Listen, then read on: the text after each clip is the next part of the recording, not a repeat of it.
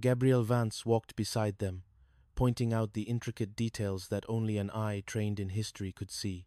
The original owner, Elias Blackwood, was a shipbuilder who lost his heart to the sea. He built this house to be his anchor, but after his wife died, it became his cage. People say he still paces the third floor when the tide is high. "I'm more worried about the mold than the pacing," Reba said, but her hand lingered on the dust-covered mahogany of the grand staircase. She felt a strange kinship with this place.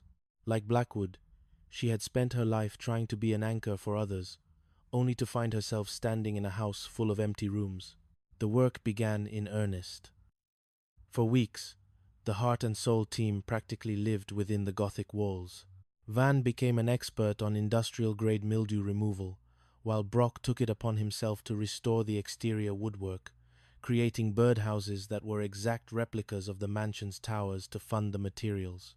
One evening, as the winter rain hammered against the stained glass windows of the conservatory, Reba found Gabriel in the library, surrounded by stacks of yellowed newspapers. "I found it," Gabriel said, his eyes bright with a quiet triumph. "The missing link. This house wasn't just a home, it was a station on the Underground Railroad. There's a secret tunnel beneath the pantry, leading toward the bayou. This isn't just a mansion, Reba. It's a monument to courage." Reba sat beside him, the candlelight casting long shadows across the room. Gabriel looked at her, and for the first time, the academic mask slipped. "My great-grandfather was one of the people who passed through that tunnel. Without Elias Blackwood, I wouldn't exist. This house gave my family a future. I can't let them tear it down to build a parking lot." In that moment, Reba saw the man beneath the French press and the blueprints. He wasn't just a scholar, he was a survivor, just like her.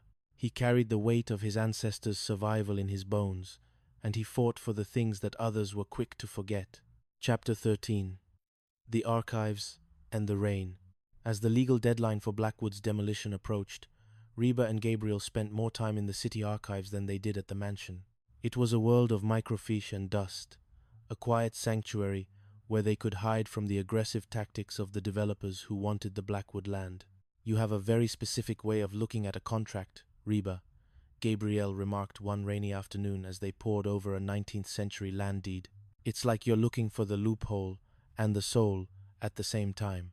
"I spent 20 years married to a man who treated every promise like a negotiable asset," Reba said, her voice dry. "You learn to read between the lines when your life depends on it." Gabriel didn't look away. "I'm sorry you had to learn that way, but it makes you a formidable ally. Most people see a ruin and want to move on. You see the structure that's still holding it up." The conversation shifted from legalities to the personal. Gabriel talked about his childhood in East Texas, the grandson of sharecroppers who had prized education above all else. Reba talked about her early years in Houston, the girl who had wanted to be an artist but became a fixer instead. "I think you're still an artist, Reba," Gabriel said softly. "You just use houses instead of paint. You restore the things that the world has tried to break." He reached across the table, his hand hovering over hers. Reba felt the familiar urge to pull away, to tighten the guards of her fortress. But the silence of the archives was soft, and the rain on the roof sounded like a lullaby. She let her fingers brush against his. It was a tiny gesture, but in the architecture of her heart, it felt like a door being unlocked. "I don't know how to do this, Gabriel," she admitted. "I don't know how to be the person who needs someone." "You don't have to need me to let me walk beside you," Gabriel replied. "Even the strongest foundations need a bit of maintenance now and then." Chapter 14. The Final Stand. The hearing at the Houston Zoning Board was a spectacle of David versus Goliath. On one side sat the developers in their $5,000 suits, armed with digital renderings of a glass and chrome office complex. On the other side sat Reba, Van, Brock, Barbara Jean, and Gabriel, armed with a single, leather-bound diary they had found behind a loose brick in the Blackwood pantry. "The Blackwood estate is a hazard," the developer's lawyer argued. "It's a drain on city resources and a relic of a past that Houston has outgrown." Reba stood up. She didn't have a PowerPoint presentation. She had her voice. "You call it a relic," Reba said, looking the board members in the eye. "But we call it a witness." This house witnessed the birth of this city.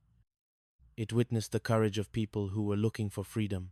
If we tear down every building that has a story we find inconvenient or old, then we aren't building a city. We're building a graveyard with better landscaping. She signaled to Gabriel, who stepped forward with the diary. It details the ship her husband built to carry them to safety. This house isn't just wood and stone, it's the heart of our history. The board was silent. Even the developers looked uncomfortable. When the vote was called, the decision was unanimous. The Blackwood estate was granted permanent historical protection. The victory celebration back at the warehouse was loud and messy. Brock and Van were doing a victory dance that involved a lot of air guitar, and Barbara Jean was already planning a Gothic garden gala to celebrate. In the middle of the chaos, Reba found Gabriel on the loading dock. The winter night was clear, the stars reflecting in the dark water of the bayou. "We did it," Reba said, feeling a weight lift from her shoulders that she had carried for months. "You did it, Reba," Gabriel corrected. "I just provided the footnotes. You provided the heart." He leaned in, and this time there was no hesitation. The kiss was slow and tasted like coffee and victory. For the first time in 20 years, Reba didn't feel like a survivor fighting for breath. She felt like a woman who was finally, truly home. Chapter 15. The First Thanksgiving. The dinner at the house on Maple was a beautiful disaster, but it was a disaster they owned. The turkey was indeed 40% breadcrumbs and 60% secrets, and surprisingly frozen in the very center, but no one seemed to care. Thomas tested the maximum volume of his lungs, and Elizabeth tried to feed the dog a whole sweet potato under the table. Van, wearing an apron that said "World's Okayest Dad," was trying to carve the bird with a Swiss Army knife, while Cheyenne looked on with a mixture of love and exasperation. "I'm thankful for the noise," Kira said suddenly. She was home from the dorms, looking more adult in her college sweater, her eyes reflecting the warmth of the room. In the dorm, the noise is just bad music and people crying over finals. Here, the noise it's family. It means someone is still here to listen. Reba looked around the table.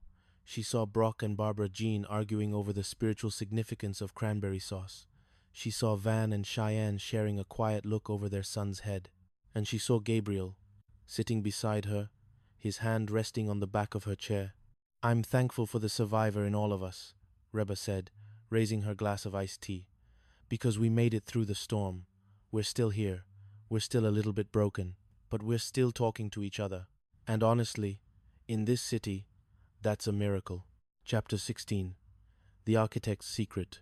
The protection of the Blackwood estate brought more than just fame. It brought a mystery that required the kind of intuition only a mother who had found hidden candy for 2 decades possessed. While supervising the restoration of the third-floor nursery, Reba noticed a discrepancy in the wall's thickness. It wasn't just a wall.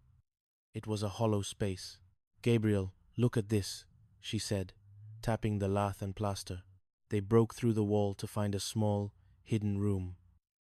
Inside were dozens of letters, preserved by the dry Texas heat, and a set of architectural plans that predated the main house. These weren't just any plans. They were for a communal living space, a sanctuary designed for families who had lost everything. Elias Blackwood didn't just want a mansion, Gabriel realized, his hands trembling as he unfolded the blueprints. He wanted to build a neighborhood, a place where belonging wasn't something you bought, but something you built together. Reba looked at the plans, then out the window at the Houston skyline. The architecture of belonging wasn't just a clever name for a real estate firm. It was a philosophy. It was the idea that a house is just wood and stone until someone fills it with their history. "We can do this, Gabriel," Reba said. "We can turn the Blackwood estate into more than a museum. We can make it a hub for the collaborative, a place where people can learn to build their own legacies." Chapter 17. The Final Gambit of Steve Norris. Success, however, has a way of attracting predators.